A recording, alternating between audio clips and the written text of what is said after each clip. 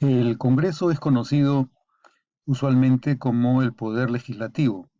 Se hace referencia al poder legislativo por oposición a los otros dos poderes del Estado, que son el poder ejecutivo y el poder judicial.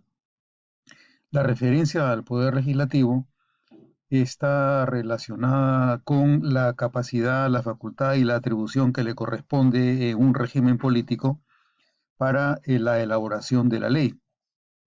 Además de la función legislativa, el Congreso tiene una función deliberativa, es decir, tiene la misión de expresar los puntos de vista de la pluralidad de fuerzas políticas que representan a la nación, a la comunidad. La función legislativa, así como la función deliberativa, integran parte del espectro de responsabilidades que se deposita en el Congreso para que cumpla una misión trascendental dentro de un régimen democrático. Esa misión trascendental es la capacidad que tiene el Congreso de realizar actos de control y de legitimación del gobierno.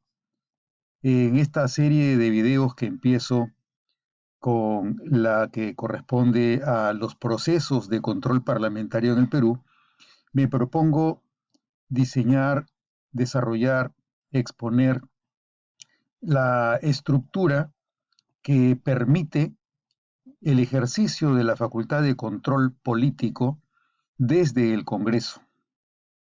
Para hacerlo, vamos a pasar revista de una serie de aspectos que comprenden desde las bases estructurales en las que se realiza la actividad de control, la teoría del control político, cuáles son los aspectos que permiten comprender en qué consiste el control parlamentario, cuáles, cuáles son los distintos sentidos en los que cabe hablar de control parlamentario, cuál es el objeto del control parlamentario, cuáles son los criterios, cuáles son los elementos, cuáles son los presupuestos del acto de control por el Congreso, así como cuáles son los efectos de la actividad de control que realiza el Congreso.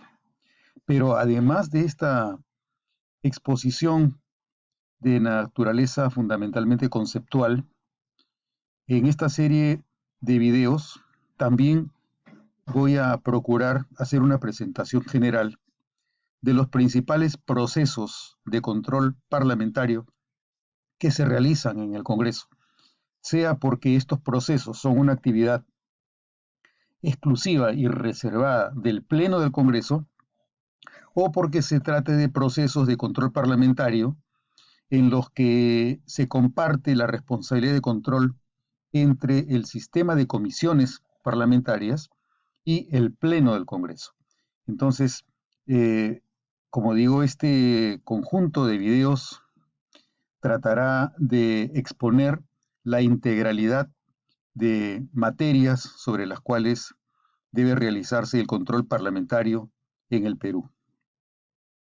¿Cuáles son las bases estructurales del control parlamentario? En principio, el control parlamentario reposa sobre una base electoral, es decir, el control que va a realizar el Parlamento va a depender de la decisión que ha tomado el electorado respecto a la composición que tienen el gobierno y el Parlamento. Dependiendo de esa decisión, surgirán las posibilidades de encontrar en la actividad del Parlamento mayor o menor control, control de mejor o de peor calidad. Pero además de esta base electoral, también es importante tener presente que la articulación entre la base electoral y el Parlamento se realiza a través de una base partidaria. Las decisiones del electorado permiten distinguir entre las fuerzas políticas que van a tener presencia en mayor o menor grado, tanto en el gobierno como en el Parlamento. Entonces, dependiendo de la proporción que tengan las distintas fuerzas políticas en el Parlamento, también habrá que revisar cuáles son las posibilidades de que haya mayor o menor control parlamentario dentro del Congreso. Y esto a su vez será consecuencia de la decisión que tome el pueblo en las elecciones. Por último, cabrá entender que así como tenemos una base electoral y una base partidaria, la capacidad funcional del Parlamento va a depender de estas dos bases, la base electoral y la base partidaria. Estas dos bases son las que van a permitir la capacidad funcional del Parlamento para controlar o para legitimar el gobierno. En cuanto a la base propiamente electoral, podría servir como ejemplo las recientes elecciones del día 11 de abril del año 2021, como consecuencia de la cual estas elecciones nos han propuesto un panorama en el que podemos advertir que el Congreso representa al 42% de todo el electorado. Si el electorado del Perú al 11 de abril era de aproximadamente 24 millones y medio de votantes, de ciudadanos, solo el 42% de esos 24 millones y pico ha conseguido representación en el Congreso. Hay un 58% del electorado que no está representado en el Congreso, ya sea porque no votó o porque se ausentó, que equivale más o menos al 30% de esos 24 millones, ya sea porque votaron en blanco o nulo, que equivale más o menos al 19% de los 24 millones y pico, o porque habiendo concurrido a votar y habiendo preferido votar por uno de los partidos, el voto de un grupo de electores no llegó a tener reconocimiento en el Parlamento porque los partidos por los que votaron no pasó la valla electoral del 5%.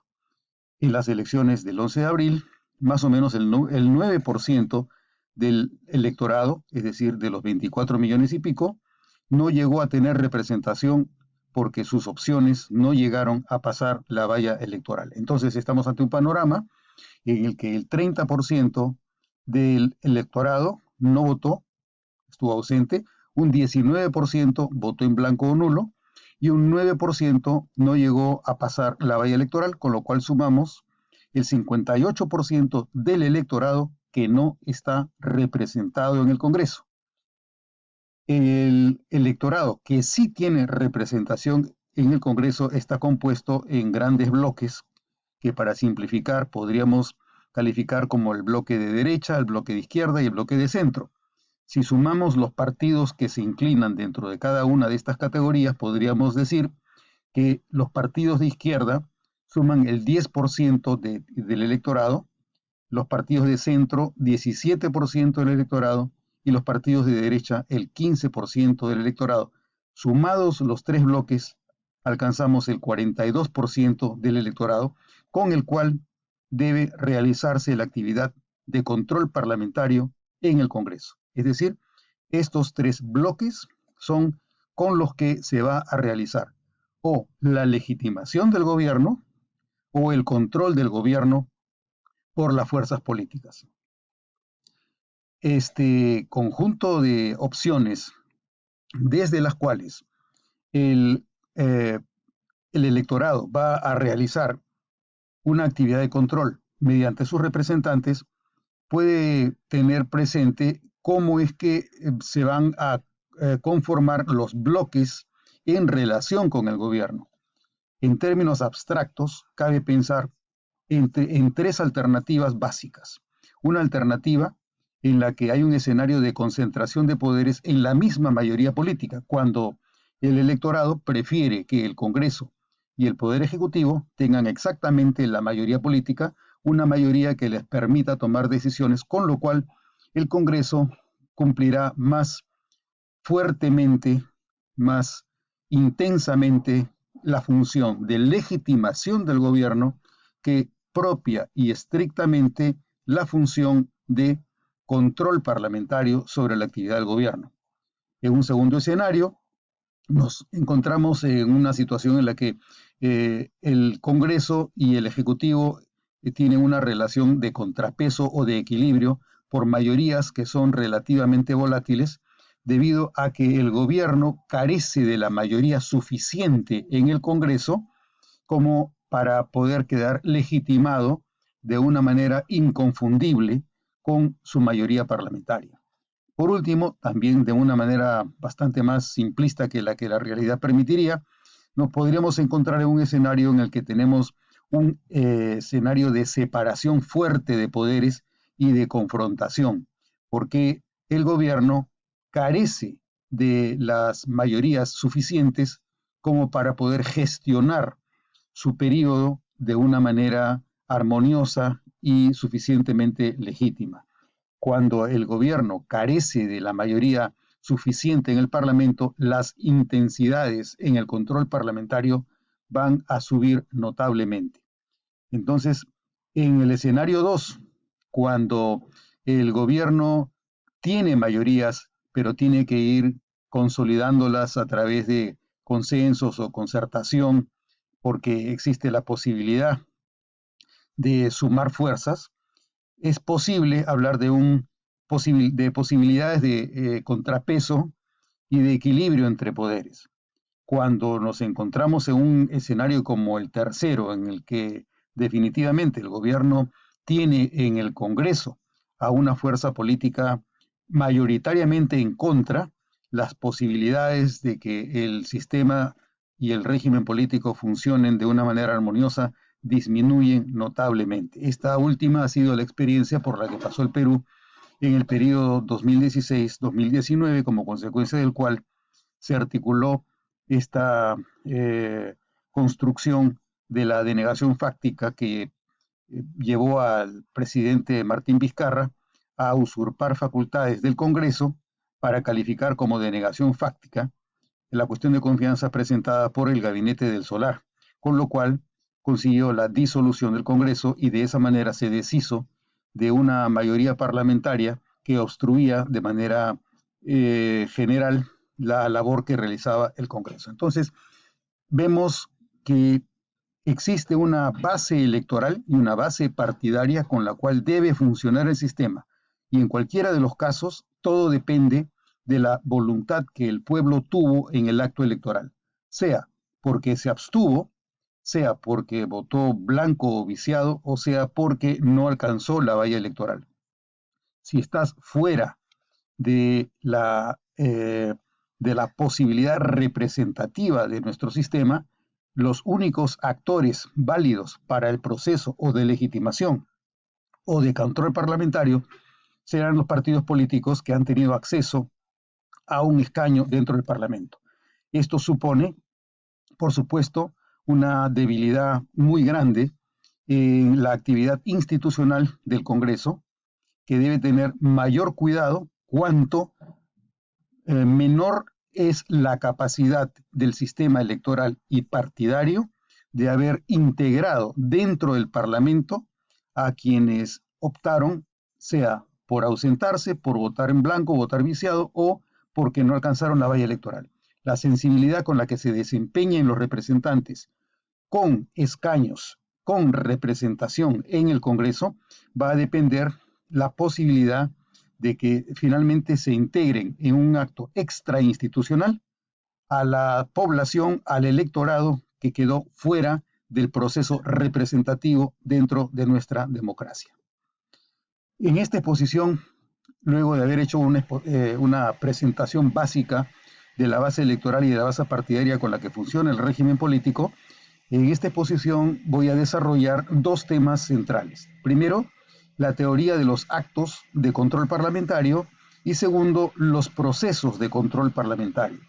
En la teoría de los actos de control parlamentario, lo que me propondré será integrar una serie de aspectos que permiten comprender los fundamentos del control parlamentario, los diferentes sentidos en los que se puede realizar el control parlamentario, cuál es el concepto que podemos tener de la actividad de control, cuáles son los criterios a partir de los cuales puede realizarse o evaluarse el control que realiza el Congreso, cuáles son los elementos y los presupuestos de un acto de control parlamentario y finalmente cuáles son los efectos y la funcionalidad que tiene el control parlamentario dentro de nuestro régimen político. Para comprender esta teoría de los actos de control parlamentario, me voy a basar en un esquema que permite integrar estos 10 puntos. Vamos a referir en primer lugar la matriz conceptual del control parlamentario, cuál es el concepto o los conceptos básicos que podemos tener del control parlamentario, cuáles son los distintos sentidos en los que se puede ejercitar el control parlamentario, cuál es el objeto del control parlamentario, cuáles son los distintos criterios con los que se procede a realizar la actividad de control parlamentario, cuáles son los distintos aspectos que comprende el control parlamentario, cuáles son los elementos y los presupuestos de la actividad de control parlamentario y cuáles son los efectos y la funcionalidad del control parlamentario. Entonces, empezaremos a desarrollar este esquema que se refiere a la teoría de los actos de control parlamentario, presentando la matriz de control parlamentario. La matriz está integrada por 9 criterios a partir de los cuales cabe entender el control parlamentario. Los criterios que tenemos como base para evaluar la actividad de control parlamentario son, en primer lugar, el criterio de la dimensión, en cuyo caso los tipos de dimensión del control parlamentario serán un control parlamentario normativo, un control parlamentario fáctico y un control parlamentario fundamentalmente axiológico o ético. El segundo criterio es el criterio del tiempo, en cuyo caso el control parlamentario se puede diferenciar entre el control ex ante o preventivo y el control ex post o sucesivo. El tercer criterio es el criterio de la contingencia, es decir, estamos ante un tipo de control parlamentario potestativo, eventual o facultativo, o estamos ante un caso de un control parlamentario obligado o resultante de un mandato constitucional. El cuarto criterio es el criterio de la discrecionalidad, en cuyo caso estamos hablando de un tipo de control parlamentario legal o estamos hablando de un control parlamentario basado en la oportunidad en la que se opta por realizarlo. La discrecionalidad permite juzgar cuándo es oportuno, cuándo es conveniente y cuándo no lo es, independientemente de que las normas exijan que se realice. El quinto criterio es el de la inmediatez, en cuyo caso podemos hablar de un tipo de control parlamentario directo y un tipo de control parlamentario indirecto. El sexto criterio es el de la fuente. ¿Cuál es la fuente sobre la que se refiere el control parlamentario? ¿Es un control parlamentario sobre el gobierno? ¿Es un control parlamentario al interior de la propia institución parlamentaria? ¿O es un control respecto de terceros que no son ni el gobierno ni el parlamento? El séptimo criterio es el del objetivo constitucional. ¿Cuál es el tipo de objetivo constitucional que se persigue con el control parlamentario? ¿Es un tipo de control electoral? ¿Hay una actividad de inspección, de integración o de orientación política? El octavo criterio es el de la función parlamentaria. El control parlamentario puede servir como un instrumento de dirección, conducción o liderazgo de políticas públicas. Puede servir como una actividad de legitimación de la actividad política del gobierno. Puede servir como un tipo de función informativa, de un tipo de función legal o de un tipo de función fiscalizadora. Y por último, la intensidad. El criterio de intensidad permite distinguir entre los tipos preventivo, funcional o represivo. ¿Cuáles son los distintos conceptos de control parlamentario? Nos encontramos ante dos acepciones distintas respecto de la naturaleza o de la actividad de control parlamentario. Nos encontramos con el supuesto de una acepción que significa examen y una acepción que significa dominio. El control parlamentario puede entenderse como una actividad de examen o como una actividad de dominio. En cualquiera de los dos casos es importante tener presente que no es lo mismo control que adjudicación de responsabilidad. El control puede adjudicar regularidad, corrección o mérito. La responsabilidad puede significar sanción. Cabe control sin sanción. Esto quiere decir que puedo realizar un proceso de control parlamentario sin que como consecuencia del proceso de control se encuentren responsabilidades o se encuentren sanciones en la materia sobre la que se ha practicado la actividad de control. Por el contrario, cabe que como consecuencia de la actividad de control se llegue a la conclusión de que luego de realizar el control se encuentra regularidad y por lo tanto no existe mérito para sancionar ni para calificar como un acto de responsabilidad de la actividad que han desarrollado los sujetos bajo control. Decíamos que había dos tipos de conceptos. El primer concepto con una acepción en la que control quiere decir examen. El control es asumir un contrarrol, por eso es control. Control viene de las palabras contrarrol o antirrol. Si bien el sujeto materia de la actividad de control realizó una función, una tarea dentro de sus actividades funcionales, el rol del Congreso es ponerse en la posición de quien va a revisar el ejercicio de ese rol. Entonces, me pongo en la posición del rol y examino cómo es que ese rol, esa actividad ha sido desarrollada. Supone la revisión de lo ya hecho o de lo que se pudo hacer ex post o de lo que se puede hacer ex ante. Entonces, en primer sentido, es examen porque el Congreso se pone en el supuesto de quien ha desarrollado o de quien va a desarrollar una tarea regular propia de sus funciones y desde esa posición supuesta o representada examina cómo debe hacerse o cómo debió cumplirse una actividad determinada por el sujeto materia del control. La segunda acepción es la de dominio. Cuando hablamos de control parlamentario como parte de una acepción de dominio, en la situación en la que nos encontramos es en el ejercicio de una facultad, posibilidad o poder sobre el ejercicio de atributos de otro. Es decir, yo controlo a alguien que debe someterse y que debe rendirme cuentas a mí como titular de la función de control. El titular de la potestad de control ejerce en este sentido una capacidad que es comparativamente jerárquica respecto del sujeto que es materia del control. Con esta presentación terminamos la primera entrega, el primer episodio, respecto de esta presentación en la que iremos avanzando con la estructura conceptual de la teoría de los actos de control parlamentario. En la siguiente entrega continuaremos con la revisión de los distintos sentidos y el objeto de la actividad de control parlamentario.